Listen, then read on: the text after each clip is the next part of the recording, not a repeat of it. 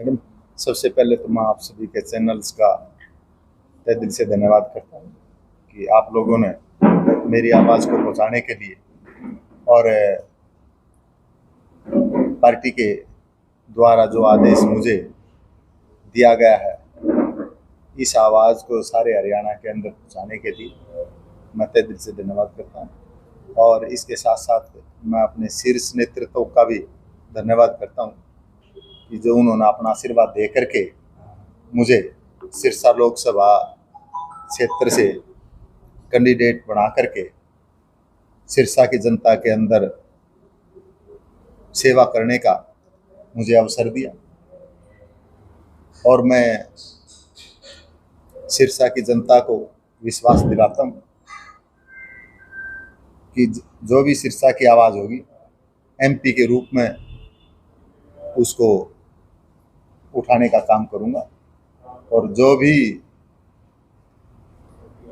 Development का या कोई भी मेरी स्टेट का कोई आवाज़ होगी तो उसको उठाने का काम करूँगा। गांव में किन किन मुद्दों को लेकर प्रचार करेगी जसपा?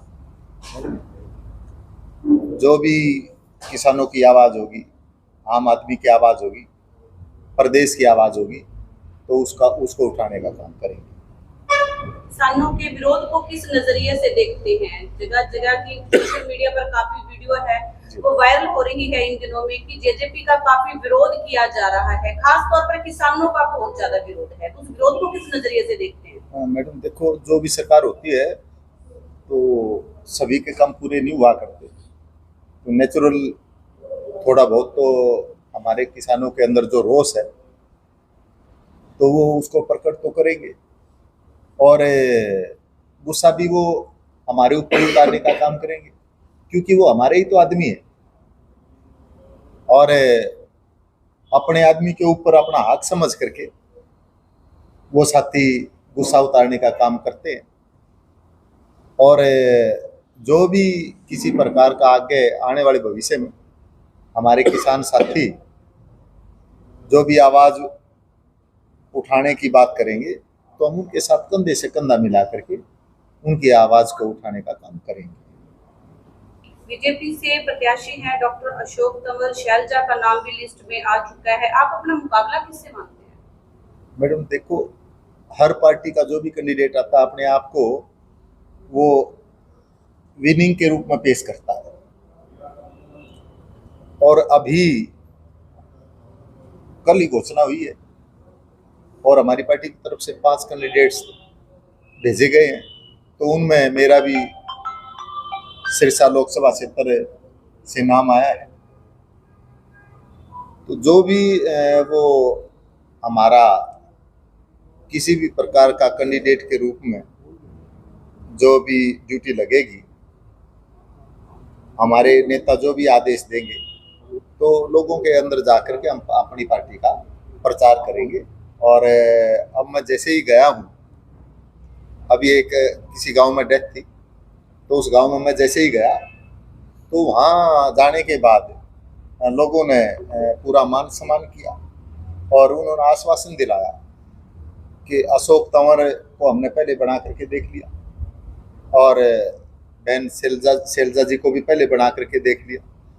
अब तो यहाँ की जनता किसी और चेहरे के रूप में देखना चाहती है, अपनी ताकत देना चाहती है, तो उन्होंने खुल करके कहा कि अब की बार हम वो विधायक जी आपको ये ताकत दे करके दिल्ली बिठाने का काम करेंगे। सब 3 बार आप पहले विधायक रह चुके हैं, आप सांसद के तौर पर आप चुनाव लड़ रहे हैं, तो कौन कौन सी चुनौतियां आप देख रहे हैं कि कौन सी चुनौतियों का आपको सामना करना पड़ सकता है? मैडम देखो, ये तो अपना अपना नजरिया होता काम करने का, क्योंकि जिस हल्के से मुझे फर्स्ट टाइम एमएलए के रूप में, कैंडिडेट के रूप में टिकट दे करके उतारा गया, और जैसे ही मैं कैंडिडेट के रूप में उस हल्के में गया और उस हल्के ने हमारे नेताओं के आशीर्वाद से अपना आशीर्वाद दे करके मुझे विधानसभा में भेजने का काम किया, और विधानसभा में जा करके मैंने जो भी मेरे इलाके की कोई भी किसी प्रकार की डिमांड्स थी तो उसको मैंने वहाँ उठाने का काम किया, और उसी बात को लेकर के मेरे नेताओं ने दोबारा फिर मुझे 96 में फर्स्ट टाइम 91 में मुझे मौका दिया, सेकंड टाइम 96 में मौका दिया। तो 96 में भी वहाँ की जनता ने मुझे अपना आशीर्वाद दे करके फिर मुझे विधानसभा में भेजने का काम किया। फिर मैंने अपने इलाके के लोगों की आवाज़ को उठाने का काम किया। जो भी डेवलपमेंट के काम थे, चाहे वो कोई भी था, उसको पूरा करवाने का काम किया। और उसी बात से खुश होकर के फिर मेरे नेतृत्व ने, मेरे नेताओं ने मुझे तीसरी बार 2000 में टिकट देने का काम किया। और वहाँ की जनता ने, बड़ौदा की जनता ने, 36 कौम ने मुझे मिल करके अपना आशीर्वाद दे करके तीसरी बार फिर एमएलए बना करके भेजने का काम किया।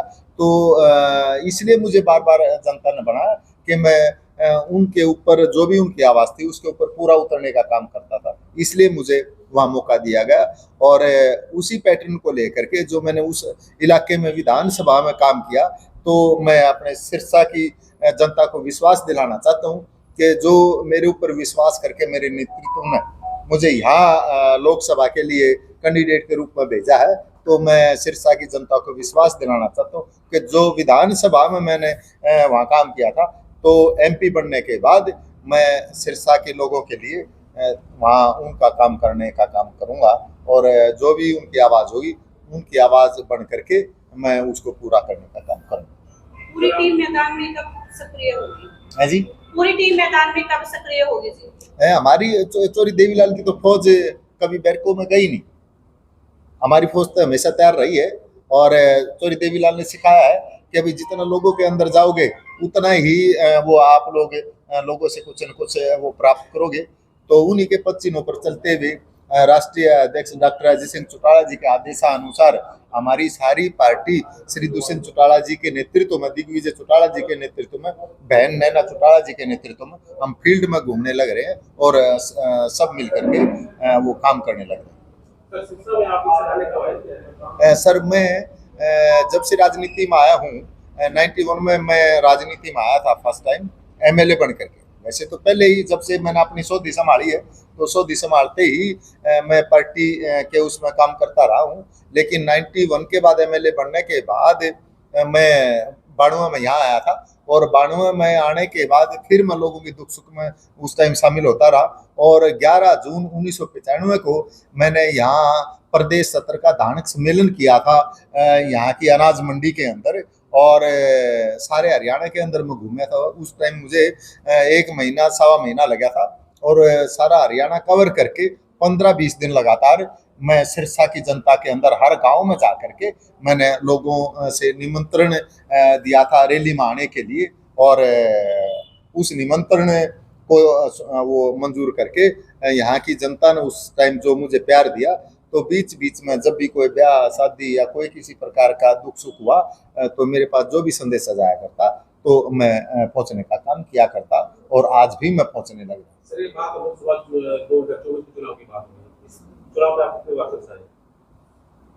इसके उसमें तो मैं पहले आता रहा हूँ। मैंने आपको बताया है, कोई किसी साथी ने कोई मुझे बताया कि फलानी लड़की की शादी है या लड़के की शादी है या कोई मरगत हो गई है, तो जब भी मुझे वो मेरे उसमें संज्ञान में आता रहा, तो बीच बीच में मैं वो आकर के लोगों के बीच में रहा हूँ। आप एक